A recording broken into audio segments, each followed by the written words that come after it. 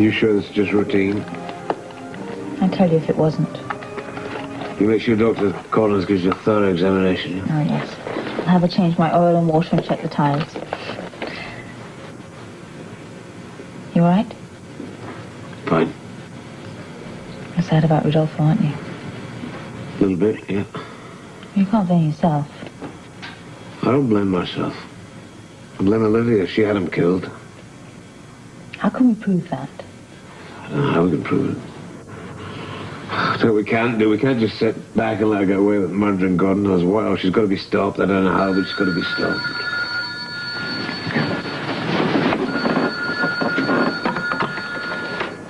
Yes. Good morning. Perhaps. Well, you're a cheery soul.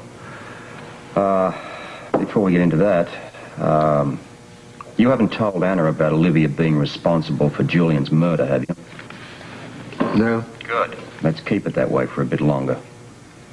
What's your news? Remember Rodolfo's dying words? Well, I happen to have deciphered them. Are you sure? 99.5%.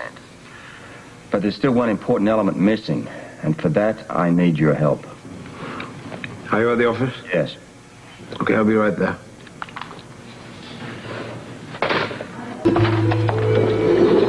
Morning. I got here as fast as I could. What's this about Rodolfo? You think you've deciphered his last words? Bet the case on it.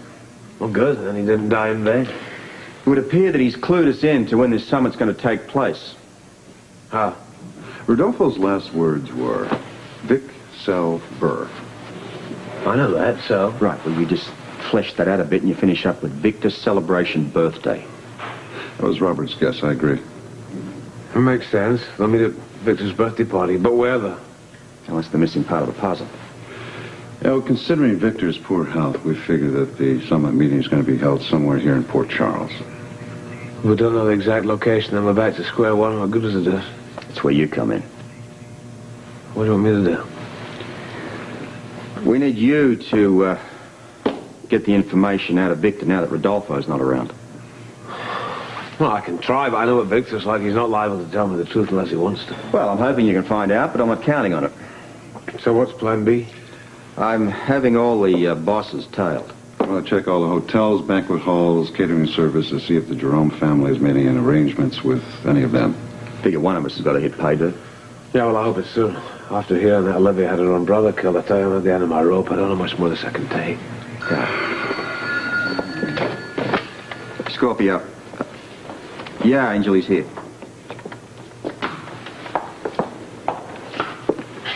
What's up? The electrician just told me we got a bigger problem than he anticipated, boss. He wants to cut off the power in the entire building for at least a good majority of the day. Then we'd have to close. But, boss, I wanted to take inventory. Well, I needed to do the payroll, too. Well, I know, but he said there's no other way. Yeah, I'll talk to him, Angel. Hang on. Hello, Mr. Labor. This is Tim, the electrician. Look, I hate to hang you up this way, but you had a major blowout in the fuse box feed in the penthouse. I can't even get at the problem unless I cut the main feed.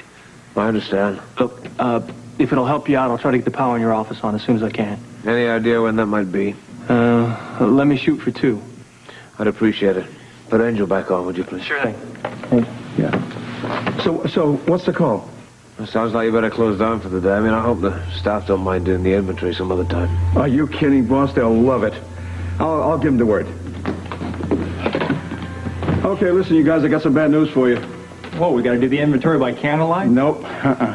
The boss wants you guys to take the whole day off. All right. Haircuts all around. Listen, the club will be closed, and you'll have it all to yourself. Please, make sure we have some electricity for tonight, right? Don't worry about it, Angel. By then I'll be long gone. All right, fine. Guys, let's go. And be back later, okay? Sounds good. It's long gone.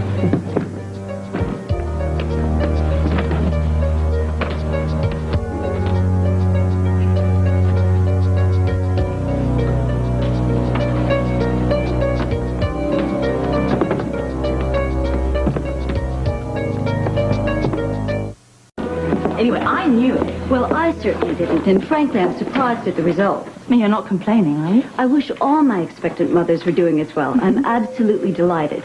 You're showing no signs of stress, nor of any complications, but I want you to keep up the good work. Okay, I promise. Okay. Yes, I promise. Hello? Hi. Oh, guess who's in perfect health and expecting a bouncing baby? Dr. Collins. That's not funny. I know you are. I'm very happy. I am too. I'm very happy. You know, Dr. Collins was a little surprised. Well, I'm amazed. Maybe stress agrees with you. No. I'm just kidding. There are no problems. None, not at the moment. Great. I've got some good news, too. Robert's managed to work out the time of the mob summit, you see. When? Well, sometime next week. Now that we can find out where it's going to be held, then we're home free. Oh, finally. By this time next week, there'll be no more Olivia, no more Julian's dream, no more mob. We can concentrate on happy things like having a baby and trying to figure out a name for it. I thought we decided on Duke Jr. Only if it's a girl.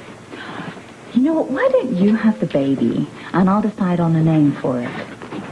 Then I'd have to come here and see Dr. Collins. Why don't we go out and celebrate? I'd love to, but this electrical problem at the club has turned into a major headache. The whole place is in darkness. There's no power. I have to go right over there and see what's happening. Oh, well, I'll come with you then. No, that's not a good idea. Don't do that. It's in total darkness. You may fall over a cable and hurt yourself. How long is it going to last? Well, the electrician says she'll be on by 2 o'clock, so I can get the payroll done. Then we can go celebrate.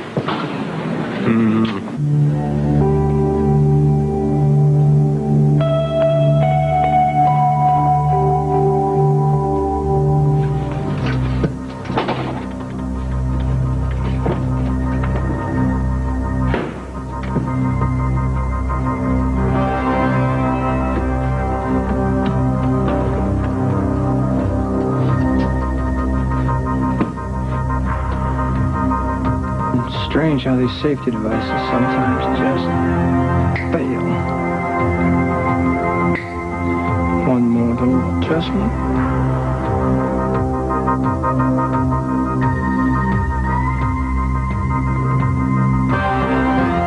Now the cables.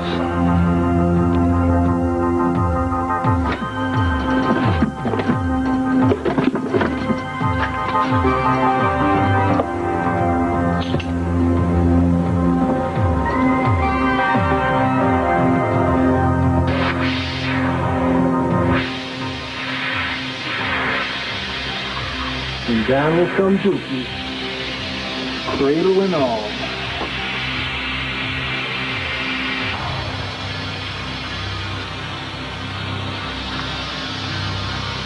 And we'll take care of number 1. Now, number 2.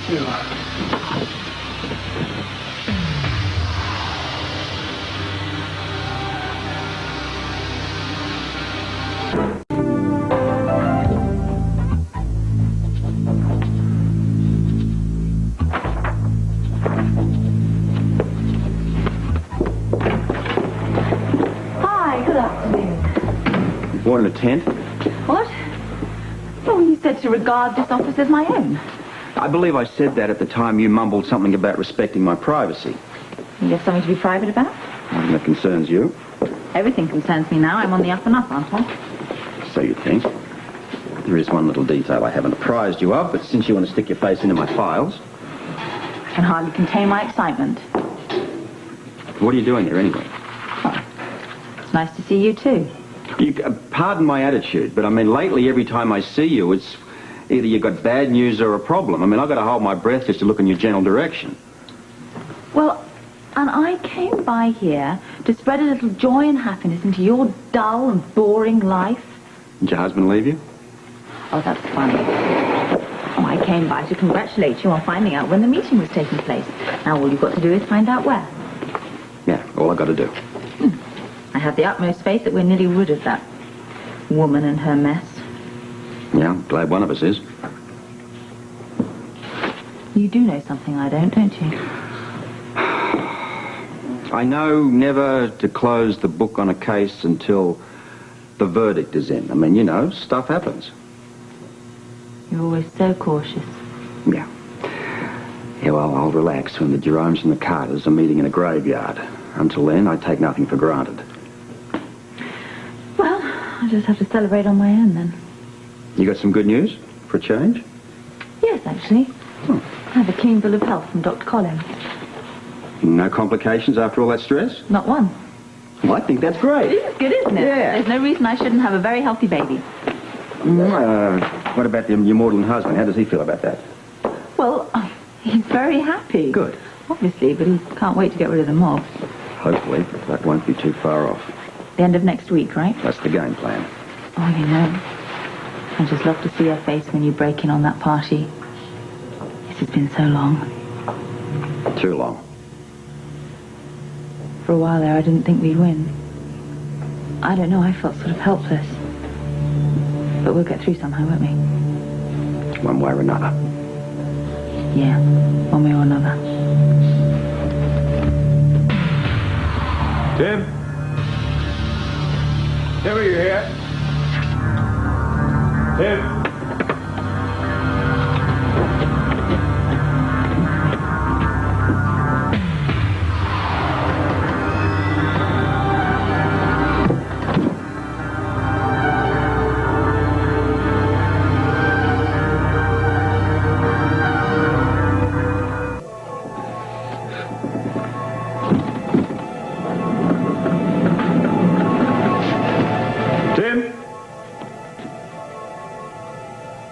Tim, are you up here?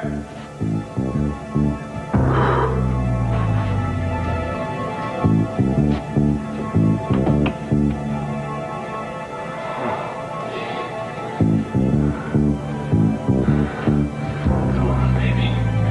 Hang in there.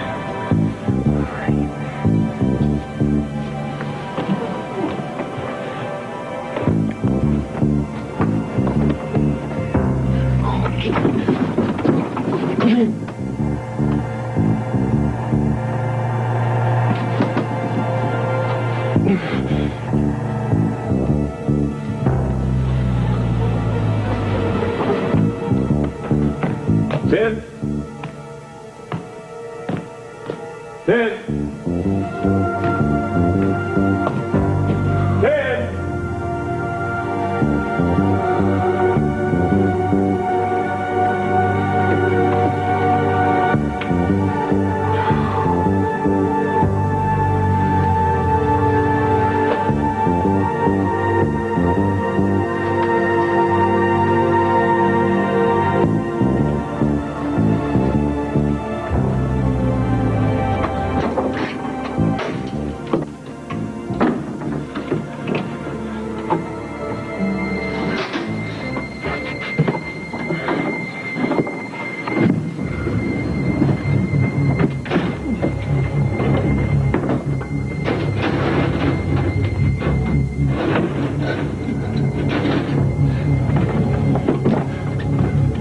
Somebody call me.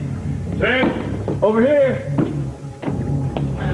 Oh, there you are. Good looking for me, Mr. Lavery. Just wondered how the work was coming along. Oh, better than I expected. Yeah, what time do you think we'll have the power back on? Well, I've already got it back on in your office. Well, that was pretty quick. You're a busy man.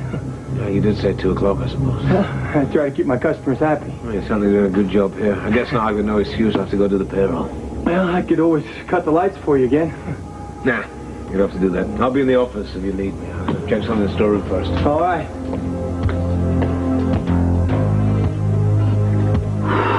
I couldn't care less about your close calls. Hey, I almost got killed. I'm not paying you to commit suicide. Oh, gee, I'm glad we got that straight. Did you rig the elevator? Yeah, that cable's so thin it wouldn't support a matchbox. But it took you and Duke for a ride. Barely. Make sure his final trip is solo. You don't have to worry about that. The building's empty. Club is closed until tonight. What if the fall doesn't kill Duke? The building's not that high. That's why I insisted on plan B. Did you cross the wires? You don't believe in a light touch, do you? I believe in doing a job thoroughly. That's why you would do it well to adopt that philosophy when you work for me. We're going to kill Lavery 3 or 4 different ways. Once is enough. What about the wires? Yes, they're set. The cable breaks, the car falls to the basement. If he's still alive, I cross the wires and we electrocute him.